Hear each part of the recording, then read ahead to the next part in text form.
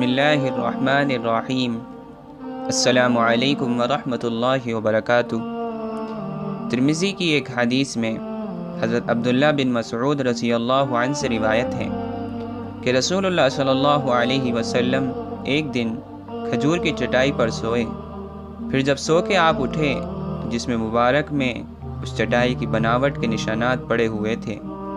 इस हालत को देखकर और इससे मुतासिर होकर इब्न मसऊद रज़ियल्लाहु अन्हु ने अर्ज़ किया कि अगर हुजूर फरमा दें तो हम हज़रत के लिए बिस्तर का इंतज़ाम करें और कुछ बना दें।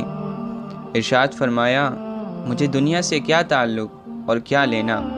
मेरा ताल्लुक़ दुनिया के साथ बस ऐसा है जैसा कि कोई सवार मुसाफिर कुछ देर साए लेने के लिए किसी दरख्त के नीचे ठहरा और फिर उसको अपनी जगह छोड़ के मंजिल की तरफ चल दिया। रसूलुल्लाह सल्लल्लाहु अलैहि वसल्लम के जवाब का हासिल ये है कि जिस तरह ये मुसाफिर दरख्त के नीचे ठहरने के थोड़े से वक्त के लिए राहतों के इंतज़ामात करना ज़रूरी नहीं समझता और मंजिल मकसूद पर पहुँचने की फ़िक्र के सिवा उसकी कोई फ़िक्र नहीं होती, बस यही मेरा हाल है। और हक़ ये है कि दुनिया और आखिरत की हकीकत जिस पर पूरी तरह मुनकशिफ हो जाए तो उसका हाल इसके सिवा कुछ और हो भी नहीं सकता।